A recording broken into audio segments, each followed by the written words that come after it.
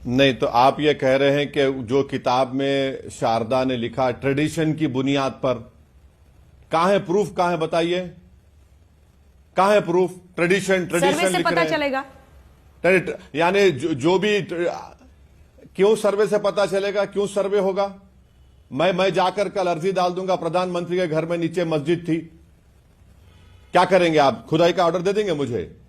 मैं कल जाके बोलूंगा कि पार्लियामेंट के नीचे कुछ और था, आप खुदाई का ऑर्डर दे देंगे मुझे? मजाक है क्या? देश चलाना कोई मजाक है?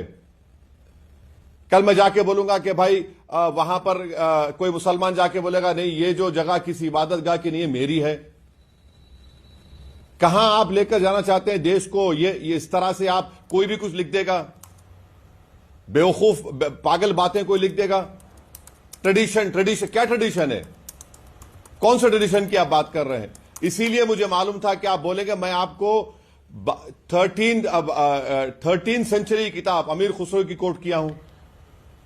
प्रधानमंत्री जितने हैं वो वहां पर चादर बेचते हैं, आज आकर आप बोल रहे ये होगा। सर